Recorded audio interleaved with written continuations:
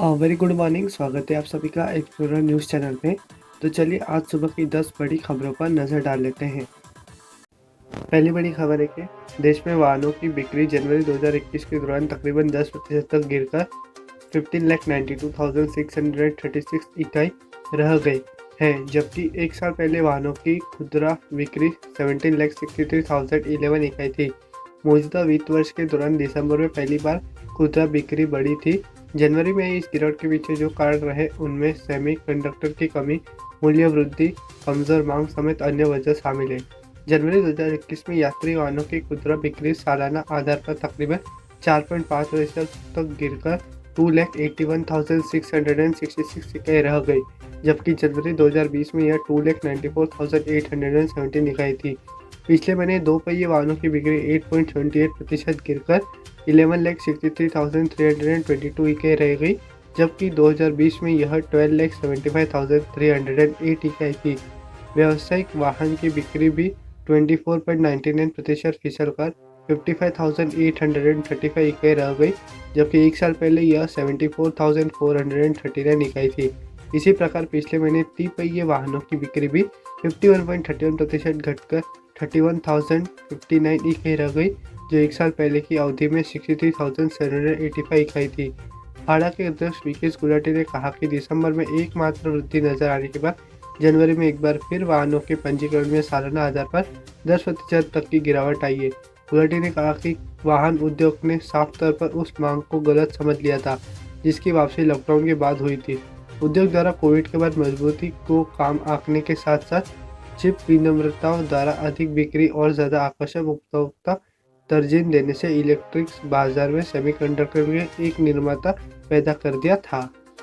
अगली बड़ी खबर है कि जम्मू कश्मीर में बारामूला जिले के उरी सेक्टर में नियंत्रण रेखा के पास सतर्क सैनिकों ने घुसपैठ की कोशिश को नाकाम करते हुए एक आतंकवादी को मार गिराया। यह जानकारी आधिकारिक सूत्रों ने बुधवार को दी है। उन्होंने बताया कि सैनिकों ने मंगलवार और बुधवार की दरमियानी रात आतंकवादियों के एक समूह को पाकिस्तानी सैनिकों की ओर से भारी गोलीबारी के आड़ में पाकिस्तान के कब्जे वाले कश्मीर पीओके से सीमा के इस तरफ उरी सेक्टर में कमलकोट में घुसपैठ की कोशिश करते देखा। इसके बाद जब घुसपैठियों को चुनौती दी गई और आत्मसमर्पण करने के लिए कहा गया तो उन्होंने स्वचालित हथियारों से गोलीबारी शुरू कर दी। उन्होंने बताया कि सुरक्षा बलों की जवाबी कार्रवाई के बाद मुठभेड़ शुरू हो गई। दोनों देशों के सैनिकों के बीच मध्यरात्रि से रात 2 बजे तक गोलीबारी जारी रही, जिसमें एक आतंकवादी मारा गया। अगली बड़ी खबर है कि 93वें अकेडमी अवार्ड्स की रेस में भारत की ओर से भेजी गई करिश्मा देव दुबे के निर्देशन में बनी फिल्म बिट्टू ऑस्कर 2021 की best short film in live action दौड़ में अपनी जगह बनाने में कामयाब हो गई है।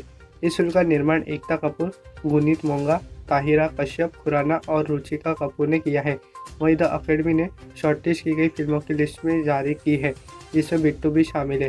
ताहिरा कश्यप खुराना ने इस खुशखबरी को फैंस के साथ साझा करते हुए इंस्टाग्राम पर इस लिस्ट को शेयर करके खुशी जाहिर की। उन्होंने लिखा, बिट्टू 93वें अकादमी पुरस्कार के लिए शीर्ष 10 में है। हम शांत नहीं रह सकते क्योंकि यह इंडियन वुमेन राइजिंग के तहत हमारी पहली परियोजना है। बहुत खास है। आप सभी रॉकस्टार हैं। ताहिरा की इस पोस्ट के बाद उनके फैंस के साथ साथ सेलिब्रिटीज भी बिट्टू के ऑस्कर में शामिल होने पर उन्हें बधाई दे रहे हैं और गर्व भी महसूस कर रहे हैं। फिल्म बिट्टू की कहानी दोस्ती पर आधारित है, जिसमें दो स्कूल जाने वाले बच्चों की दोस्ती बताई गई है। यह फिल्म दुनिया भर के 18 फिल्म फेस्टिवल में दिखाई जा चुकी है। अगली बड़ी खबर है कि एक खतरनाक ऐप है जिसका नाम है बारकोड स्कैनर। यह एक पॉपुलर ऐप है और रिपोर्ट के अनुसार यह ऐप करीब 1 करोड़ से ज़्यादा स्मार्टफोन यूजर्स के डिवाइस में मौजूद है। इसमें वायरस होने की जानकारी मिलते ही ऐप को गूगल प्ले स्टोर ने हटा दिया है। इस वायरस की पहचान साइबर सिक्योरिटी कंपनी मालवेयरबाइट्स ने की थी। ऐसे में अगर आप भी एंड्रॉयड स्मार्टफोन यूज़ करते हैं तो इस ऐप से अलर्ट रहे। बता दें कि बारकोड स्कैनर एक पॉपुलर ऐप है और गूगल प्ले स्टोर पर काफ़ी सालों से है। अब तक इस ऐप को 10 मिलियन 1 करोड़ से ज़्यादा बार इंस्टॉल किया जा चुका है। हालांकि अब यह ऐप खतरनाक बन चुकी है। इसमें आए वायरस की वजह से यह डाउनलोड होने के बाद स्मार्टफोन के डिफ़ॉल्ट ब्राउज़र में विज्ञापन दिखाता था। वहीं कई यूजर्स ने शिकायत की थी कि उनके ब्राउज़र में अचानक एक वेबसाइट खुल जाती थी जो फ़ोन में क्लीनर ऐप इंस्टॉल करने की सलाह देती थी। तो अगर आपके भी फ़ोन में यह ऐप है तो आप इसे अनइंस्टॉल कर सकते हैं।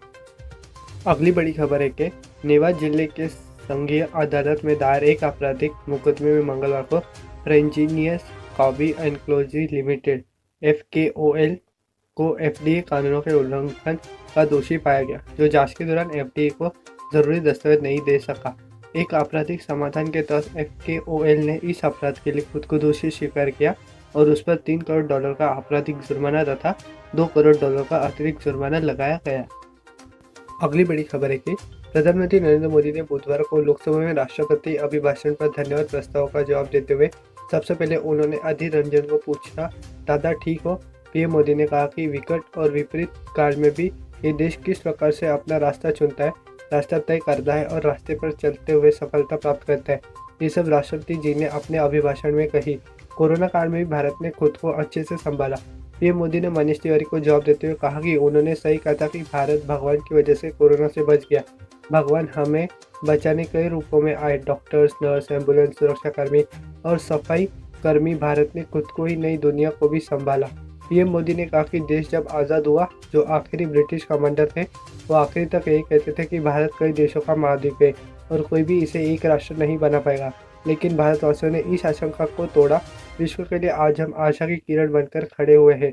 प्रधानमंत्री ने कहा कि राष्ट्रपति जी का भाषण भारत के 130 करोड़ भारतीयों की संकल्प शक्ति को प्रदर्शित करता है।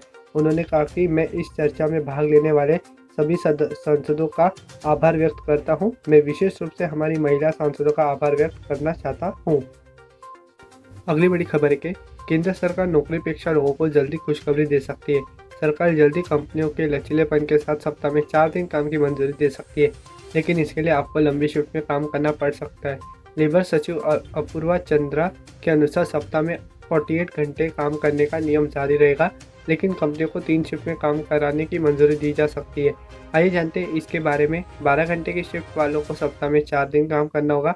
इसी तरह 10 घंटे की शिफ्ट वालों को सप्ताह में 5 दिन काम करना होगा। 8 घंटे की शिफ्ट वालों को सप्ताह में 6 दिन काम करना होगा। आगे उन्होंने कहा कि इन तीनों शिफ्ट को लेकर कर्मचारियों या कंपनियों पर कोई दबाव नहीं डाला जाएगा। यह प्रावधान लेबर कोड का हिस्सा बदलते वर्क कल्चर के साथ तालमेल बनाने के लिए यह प्रावधान किया जा रहा है। इससे कर्मचारियों के काम का तनाव कम होगा। साथ ही इस नियम से कंपनियों को भी फायदा होगा। साथ ही स्टाफ ज़्यादा सक्रिय और प्रोडक्टिव रहेगा। विशेषज्ञों के अनुसार इन नियमों से IT और शेयर्ड सर्विसेज जैसे क्षेत्रों को सबसे ज़्यादा फायदा होगा। ह्यूमन रिसोर्सेज और फाइनेंशियल वर्टिकल जैसे प्रोफाइल में काम करने वाले इस प्रैक्टिस को आसानी और तेज़ी से स्वीकार कर सकते हैं। अगली बड़ी खबर है कि विश्व स्वास्थ्य संगठन WHO ने स्थानीय समय अनुसार मंगलवार को जानकारी दी कि कोरोना वायरस वेरिएंट B.1.1.7 का पहला मामला ब्रिटेन में 20 सितंबर को आया था और अब तक इस वेरिएंट का संक्रमण 86 देशों तक फैल चुका है। वेरिएंट B.1.1.7 का संक्रमण बढ़ गया है और कुछ गवाह ऐसे भी हैं जो इस बीमारी की गंभीरता को दिखाते हैं। 7 फरवरी तक इस वेरिएंट के मामले 6 और देशों में मिले।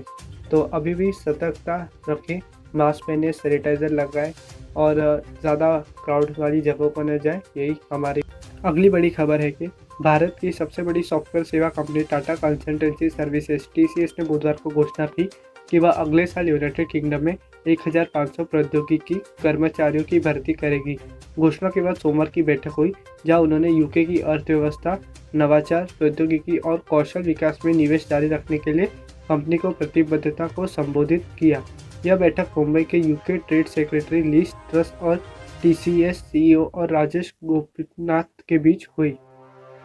अगली बड़ी खबर है कि आखिरकार यूपी बोर्ड की परीक्षा देने वाले लाखों परीक्षार्थियों का इंतजार खत्म हुआ। यूपी बोर्ड की 10वीं और 12वीं की तारीखें घोषित कर दी गई है। यूपी बोर्ड की हाई स्कूल और इंटरमीडिएट की परीक्षाएं 24 अप्रैल से शुरू होंगी। बोर्ड परीक्षाओं का पूरा टाइम टेबल जारी हो गया है। हाई स्कूल की परीक्षाएं 10 मई तक और इंटरमीडिएट की परीक्षाएं 12 मई तक होगी। तो अगर आप परीक्षा के लिए प्रिपेयर करें तो एक्सप्लोर न्यूज़ टीम की तरफ से आपको ऑल द बेस्ट। तो इसी के साथ आज सुबह की हमारी 10 बड़ी खबरें समाप्त होती है। अगर आपको वीडियो पसंद आया हो, लाइक कीजिए, शेयर कीजिए, सब्सक्राइब कीजिए और बेल आइकन दबाइए, तो रोजाना आपको हमारी तरफ से नियमित अपडेट्स मिलते रहेंगे। आपका हमसे जुड़ने के लिए हृदय की गहराई से बहुत बहुत धन्यवाद।